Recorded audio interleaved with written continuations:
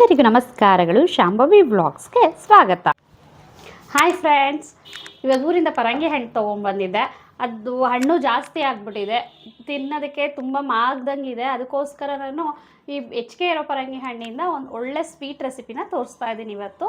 ಮಕ್ಕಳಂತೂ ತುಂಬಾ ಇಷ್ಟಪಟ್ಟು ತಿಂತಾರೆ. ಈಗಂತೂ ಬೇಸಿಗೆ ಸಮ್ಮರಲ್ಲಿ ಮನೇಲಿ ಮಕ್ಕಳು ಏನಾದರೂ ಕೊಡಮ್ಮ ಅಂತ ಕೇಳ್ತಾ ಇರ್ತಾರೆ. ಆ ಟೈಮಲ್ಲಿ ಏನಾದರೂ ಈ ಥರ ಹಣ್ಣುಗಳು ಬಳಸಿ ಏನಾದರೂ ಸ್ವೀಟ್ ಮಾಡಿಕೊಟ್ರಂತೂ ತುಂಬ ಖುಷಿಯಾಗಿ ತಿಂತಾರೆ. ಹಾಗೆ ಹೆಲ್ದಿಯಾಗೂ ಇರುತ್ತೆ. ಯಾವ ರೀತಿ ಮಾಡೋದು ಅಂತ ನೋಡ್ಕೊಂಡು ಬರೋಣ ಬನ್ನಿ. ನಾನಿಲ್ಲಿ ಫಸ್ಟು ಪರಂಗಿ ಹಣ್ಣನ್ನ ಕಟ್ ಮಾಡಿ ಇಟ್ಕೊಂಡಿದ್ದೀನಿ.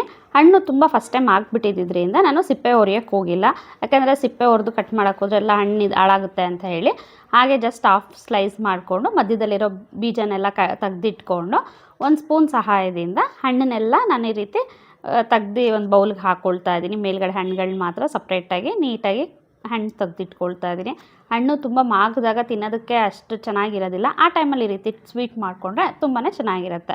ನಾನು ಹಾಗೆ ಇದಕ್ಕೆ ಡೆಸಿಗೇಟೆಡ್ ಕೊಕೊನಟ್ ಪೌಡರ್ ಬೇಕಿತ್ತು. ಅದಕ್ಕೋಸ್ಕರ ನಾನು ಮನೆಯಲ್ಲೇ ಡೆಸಿಗೇಟೆಡ್ ಕೊಕೊನಟ್ ಪೌಡರ್ನ ಮಾಡ್ಕೊಳ್ಳೋಣ ಅಂತ ಹೇಳಿ ಮಾಡ್ಕೊಳ್ತಾ ಇದ್ದೀನಿ. ಅದನ್ನು ಯಾವ ರೀತಿ ಮಾಡೋದು ಅಂತ ಹಾಗೆ ನೋಡೋಣ.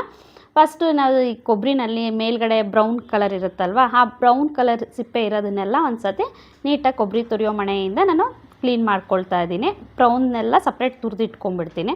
ಈ ರೀತಿ ಕಂಪ್ಲೀಟ್ ವೈಟ್ ಆದ ನಂತರ ನಾವು ಇದನ್ನು ಸಣ್ಣಗೆ ಸ್ಲೈಸಸ್ ಮಾಡ್ಕೋಬೇಕು. ಸಣ್ಣಗೆ ಕಟ್ ಮಾಡಿ ಇಟ್ಕೊಂಡು, ನೀವೇನಾದರೂ ಫ್ರೀಯಾಗಿದ್ದು ಹೆಚ್ಚಿಗೆ ಜಾಸ್ತಿ ಕ್ವಾಂಟಿಟಿನಲ್ಲಿ ಮಾಡ್ತಿದ್ರೆ ಸ್ವಲ್ಪ ಸಣ್ಣ ಕಟ್ ಮಾಡಿದ ನಂತರ ಅದನ್ನ ಸ್ವಲ್ಪ ಬಿಸಿಲಲ್ಲಿ ಒಣಗೋದಕ್ಕೆ ಬಿಟ್ಟು ಆನಂತರ ಪೌಡ್ರ್ ಮಾಡಿಟ್ಟರೆ ನೀವು ತುಂಬ ದಿನಗಳ ಕಾಲ ಸ್ಟೋರ್ ಮಾಡ್ಬೋದು. ನಾನು ಜಸ್ಟ್ ಅವತ್ತೇ ಯೂಸ್ ಮಾಡ್ತಾ ಇರೋದ್ರಿಂದ ನಾನೇನು ಬಿಸಿಲಿಗೆ ಇಡ್ತಾ ಇಲ್ಲ.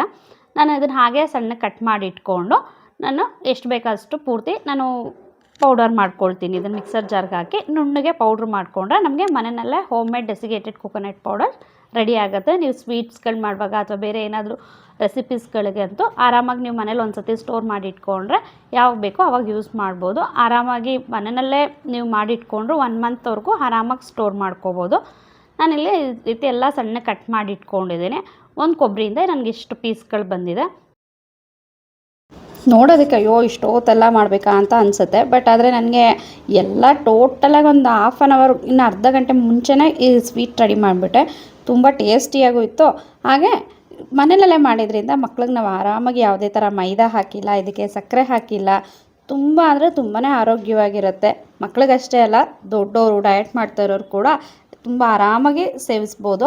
ನಾನು ಡೆಸಿಗೇಟೆಡ್ ಪೌಡರ್ನ ಒಂದು ಪ್ಲೇಟ್ಗೆ ಹಾಕಿಟ್ಕೊಂಡು ನೆಕ್ಸ್ಟ್ ನಾನು ಮತ್ತೆ ಅದೇ ಜಾರ್ನ ಯೂಸ್ ಮಾಡ್ಕೊಳ್ತೀನಿ. ನಾನಿಲ್ಲಿ ಈಗ ಮತ್ತೆ ಅದೇ ಜಾರ್ನ ತೊಗೊಂಡು ನನಗೇನು ಪರಂಗಿ ಹಣ್ಣಿನ ಪಲ್ಪ್ನೆಲ್ಲ ತೆಗೆದು ಒಂದು ಬೌಲ್ಗೆ ಹಾಕಿ ಇಟ್ಕೊಂಡಿದ್ನಲ್ವ, ಆ ಹಣ್ಣನ್ನು ಇದರೊಟ್ಟಿಗೆ ಹಾಕಿ ನುಣ್ಣಗೆ ಪೇಸ್ಟ್ ಮಾಡ್ಕೊಂಡು ಬರೋಣ.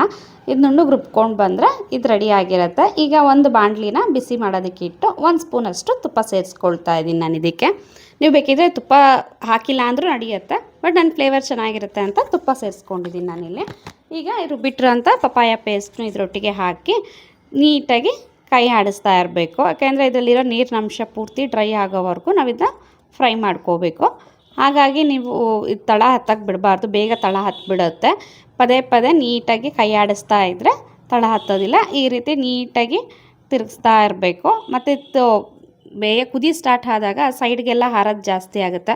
ಅದಕ್ಕೋಸ್ಕರ ನಾನಿಲ್ಲಿ ಒಂದು ಪ್ಲೇಟ್ ಸಹಾಯ ತೊಗೊಂಡು ಒಂದು ಪ್ಲೇಟ್ನ ಮುಚ್ಚಿಟ್ಕೊಂಡು ನಾನು ತಿರುಗಿಸ್ಕೊಳ್ತೀನಿ. ಇಲ್ಲಾಂದರೆ ಸೈಡಲ್ಲೆಲ್ಲ ಗಲೀಜಾಗ್ಬಿಟ್ಟಿದೆ ಅಂತ ಅಂದ್ಬಿಟ್ಟು ನೀವು ಅಷ್ಟೇ ಬೇಕಾದ್ರೆ ಮೇಲೆ ಒಂದು ಪ್ಲೇಟ್ ಮುಚ್ಕೊಂಡು ನೀಟಾಗಿ ಇದು ಕಂಪ್ಲೀಟ್ ಪಪಾಯ ಹಣ್ಣಲ್ಲಿರೋ ನೀರಿನ ಅಂಶ ಎಲ್ಲ ಡ್ರೈ ಆಗೋವರೆಗೂ ಫ್ರೈ ಮಾಡ್ಕೋಬೇಕು. ಇದನ್ನು ಆ ನೀರನ್ನೆಲ್ಲ ಸ್ವಲ್ಪ ಕಮ್ಮಿ ಆಗಿದೆ. ಈ ಟೈಮಲ್ಲಿ ನಾನಿಲ್ಲಿ ಇದಕ್ಕೆ ಒಂದು ಸ್ವಲ್ಪ ಬೆಲ್ಲ ತೊಗೊಳ್ತಾ ಇದ್ದೀನಿ. ನೀವು ಇಲ್ಲಿ ಬೇಕಿದ್ರೆ ಬೆಲ್ಲ ಬೇಡ ಅಂದರೆ ಸಕ್ಕರೆ ಕೂಡ ಯೂಸ್ ಮಾಡ್ಬೋದು. ಸಕ್ಕರೆ ಹಾಕಿದ್ರೆ ನಿಮಗೆ ಈ ಪಪಾಯದ ಒರಿಜಿನಲ್ ಏನು ಕಲರ್ ಇದೆಯಲ್ವ ಅದೇ ಕಲರೇ ಇರುತ್ತೆ. ನಿಮಗೆ ಆಗ ಇದು ಸ್ವೀಟ್ ಇನ್ನೂ ಕಲರ್ಫುಲ್ಲಾಗಿ ಚೆನ್ನಾಗಿ ಕಾಣಿಸುತ್ತೆ. ಬಟ್ ನಾನಿಲ್ಲಿ ಸಕ್ಕರೆ ಬೇಡ ಅಂತ ಹೇಳಿ ಬೆಲ್ಲ ಯೂಸ್ ಮಾಡಿದ್ದೀನಿ. ನಿಮ್ಗೆ ಆಪ್ಷನ್, ನೀವು ಸಕ್ಕರೆ ಬೆಲ್ಲ ಯಾವ್ದು ಬೇಕಾದರೂ ಯೂಸ್ ಮಾಡ್ಬೋದು. ಈಗ ಬೆಲ್ಲ ಹಾಕಿದ್ಮೇಲೆ ಒಂದು ಸ್ವಲ್ಪ ಹೊತ್ತು ಫ್ರೈ ಮಾಡ್ಕೊಂಡಾದ್ಮೇಲೆ ಒಂದು ಅರ್ಧ ಬೌಲಷ್ಟು ನಾನಿಲ್ಲಿ ಕೊಬ್ಬರಿ ತುರಿನ ತೊಗೊಳ್ತಾ ಇದ್ದೀನಿ. ನಾನು ಆಗಲೇ ಡೆಸಿಗೇಟೆಡ್ ಕೊಕೊನಟ್ ಪೌಡರ್ ಮನೆಯಲ್ಲೇ ಮಾಡಿದ್ನಲ್ವ ಅದನ್ನೇ ಯೂಸ್ ಮಾಡ್ತಾ ಇದ್ದೀನಿ. ನೀವು ಅಂಗಡಿದಿದ್ರೂ ಪರವಾಗಿಲ್ಲ. ಅದಿಷ್ಟನ್ನು ನಾವು ಹಾಕಿ ನೀಟಾಗಿ ಕಂಪ್ಲೀಟ್ ಇದರಲ್ಲಿ ಒಂದು ಸ್ವಲ್ಪನೂ ನೀರಿನ ಅಂಶ ಇಲ್ಲದೆ ಇರೋ ಥರ ಕೈ ತಿರುಗಿಸ್ತಾ ತಳ ಪೂರ್ತಿ ಬಿಡೋವರೆಗೂ ಫ್ರೈ ಮಾಡ್ಕೋಬೇಕು ನಾವು ಇದನ್ನು. ಈ ಸ್ವೀಟ್ ಯಾವ ರೀತಿ ಬರುತ್ತೆ ಅಂದರೆ, ಈ ಡ್ರೈ ಜಾಮೂನ್ ಬರುತ್ತಲ್ವ, ಆ ಡ್ರೈ ಜಾಮೂನ್ ಒಳಗಡೆ ಯಾವ ರೀತಿ ಜ್ಯೂಸಿಯಾಗಿರುತ್ತೋ ಈ ಸ್ವೀಟ್ ಕೂಡ ಅಷ್ಟೇ. ನಾವು ಲಾಡು, ಪಪಾಯ ಲಾಡು ತಿನ್ನುವಾಗ ಅಷ್ಟೇ ಒಂದು ಡ್ರೈ ಜಾಮೂನ್ ಥರನೇ ಫೀಲ್ ಆಗುತ್ತೆ ನನಗಂತೂ ಇದು. ನಾವು ಊಟಕ್ಕೆ ಇದು ಸೈಡ್ ಡಿಶ್ಶಾಗಿ ಯಾರಾದರೂ ಗೆಸ್ಟ್ ಬಂದಾಗೂ ಊಟಕ್ಕೂ ಕೂಡ ಬಡಿಸ್ಬೋದು ಸ್ವೀಟ್. ಇದಕ್ಕೆ ಪಪಾಯ ಹಾಕಿರೋದು ಅಂತ ಎಲ್ಲೂ ಟೇಸ್ಟ್ ಗೊತ್ತಾಗೋದಿಲ್ಲ, ಅಷ್ಟು ಚೆನ್ನಾಗಿ ಆಗುತ್ತೆ. ಮತ್ತು ಇದಕ್ಕೆ ನೀವು ಬೇಕಿದ್ದರೆ ಸ್ವಲ್ಪ ಎಳ್ಳು ಗಸಗಸೆ ಕೂಡ ಫ್ರೈ ಮಾಡು ಹಾಕ್ಬೋದು, ಚೆನ್ನಾಗಿ ಆಗುತ್ತೆ.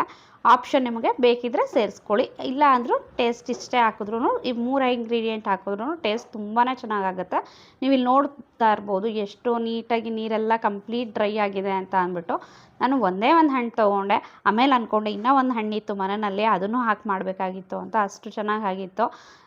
ಈಗ ಒಂದು ಹಣ್ಣಲ್ಲಿ ಬರೀ ಇಷ್ಟು ಆಗಿದೆ ನಮಗೆ.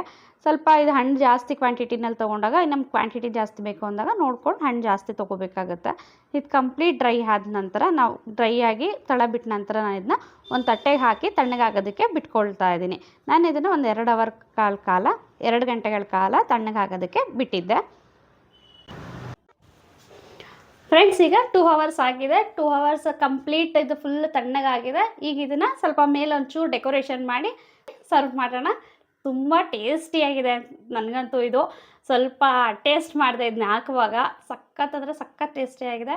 ಮಕ್ಕಳಂತೂ ನೀವು ಒಂದು ಸತಿ ಮಾಡಿಕೊಟ್ರೆ ನೆಕ್ಸ್ಟ್ ನಿಮ್ಮ ಪಪ್ಪಾಯ ನೋಡಿದಾಗೆಲ್ಲ ಪಪ್ಪಾಯ ಹಣ್ಣಿಂದ ಈ ಥರ ಬರ್ಫಿ ಮಾಡಿಕೊಡಿ ಅಮ್ಮ ಅಂತಲೇ ಕೇಳ್ತಾರೆ ಹೊರತು ಪಪ್ಪಾಯ ಹಣ್ಣು ತಿನ್ನೋಕ್ಕೆ ಇಷ್ಟಪಡೋಲ್ಲ, ಅಷ್ಟು ಟೇಸ್ಟಿಯಾಗಿದೆ. ಬನ್ನಿ ಈಗ ಡೆಕೋರೇಟ್ ಮಾಡೋಣ ಅದನ್ನು, ಓಕೆನಾ?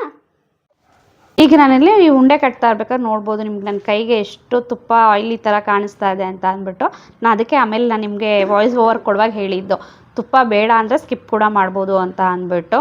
ಯಾಕೆಂದರೆ ಕೊಕೊನಟ್ ಪೌಡ್ರಲ್ಲೂ ಆಯಿಲ್ ಕಂಟೆಂಟ್ ಇರೋದ್ರಿಂದ ಆ ಸ್ವೀಟ್ಗೆ ಚೆನ್ನಾಗಿ ತುಪ್ಪ ಇದು ಎಲ್ಲ ಜಾಸ್ತಿನೇ ಆಯಿತು. ಸೊ ನಾನು ಆಮೇಲೆ ಅಂದ್ಕೊಂಡೆ ತುಪ್ಪ ಸ್ಕಿಪ್ ಮಾಡಿದರೂ ಆಗ್ತಾಯಿತ್ತು ಅಂತ. ನಿಮ್ಗೆ ಬೇಕಿದ್ದರೆ ಫ್ಲೇವರ್ಗೆ ಇಷ್ಟ ಆದರೆ ಹಾಕಿ, ಇಲ್ಲ ಅಂದರೆ ಜಸ್ಟ್ ನೀವು ಹಾಗೆ ಡೈರೆಕ್ಟ್ ಪಪಾಯ ಪ್ಯೂರಿನ ಹಾಕಿ ಬೆಲ್ಲ ಮತ್ತು ಕೊಬ್ಬರಿ ಹಾಕಿದ್ರು ನಡೆಯುತ್ತೆ. ನಾನು ಈ ರೀತಿ ಮತ್ತು ಕೊಕೊನಟ್ ಪೌಡ್ರಿಂದ ಮೇಲ್ಗಡೆ ಡಿಸೈನ್ ಚೆನ್ನಾಗಿ ಡೆಕೋರೇಷನ್ ಚೆನ್ನಾಗಿ ಕಾಣುತ್ತೆ ಅಂತ ಅಂದ್ಬಿಟ್ಟು ಈ ರೀತಿ ಮಾಡಿ ಹಾಕಿದಾಗ ನೀವು ಸ್ಟೋರ್ ಮಾಡಿಡೋದಕ್ಕೂ ಆರಾಮಾಗಿ ಒಂದು 3-4 ಡೇಸ್ ಸ್ಟೋರ್ ಮಾಡ್ಬೋದು. ಫ್ರಿಜ್ನಲ್ಲಿಟ್ಟು ಒಂದು ವಾರಗಳ ಕಾಲ ಆರಾಮಾಗಿ ಇಟ್ಟು ಸರ್ವ್ ಮಾಡ್ಬೋದು.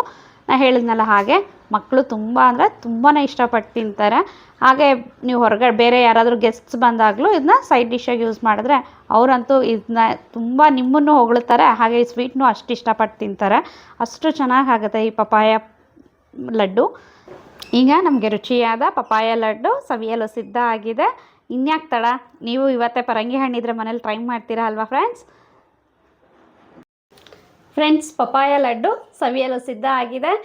ಟೇಸ್ಟ್ ಮಾತ್ರ ಸೂಪರಾಗಿದೆ. ಒಂದು ಸತಿ ಟ್ರೈ ಮಾಡಿ ಹೇಗೆ ಬಂತು ಅಂತ ಕಮೆಂಟ್ ಮಾಡಿ ತಿಳಿಸಿ. ನಮ್ಮ ಚಾನಲ್ ಏನಾದರೂ ಫಸ್ಟ್ ಟೈಮ್ ನೋಡ್ತಾ ಇದ್ದರೆ ಈಗಲೇ ಸಬ್ಸ್ಕ್ರೈಬ್ ಮಾಡ್ಕೊಳ್ಳಿ. ಹಾಗೆ ಪಕ್ಕದಲ್ಲಿರೋ ಬೆಲ್ ಐಕಾನ್ ಪ್ರೆಸ್ ಮಾಡಿ ನಮ್ಮ ಎಲ್ಲ ವೀಡಿಯೋ ಫಸ್ಟ್ ನೋಟಿಫಿಕೇಷನ್ ನಿಮಗೆ ಬರುತ್ತೆ. ಹಾಗೆ ಈ ವಿಡಿಯೋ ಇಷ್ಟ ಆದರೆ ಲೈಕ್ ಮಾಡೋದನ್ನ ಮರಿಬೇಡಿ. ಈಗಲೇ ಲೈಕ್ ಮಾಡಿ. ಮತ್ತು ನೆಕ್ಸ್ಟ್ ಮತ್ತೊಂದು ಒಳ್ಳೆ ವಿಡಿಯೋ ಒಟ್ಟಿಗೆ ಮುಂದಿನ ವಿಡಿಯೋದಲ್ಲಿ ಸಿಗೋಣ. ಅಲ್ಲಿವರೆಗೂ ಧನ್ಯವಾದಗಳು.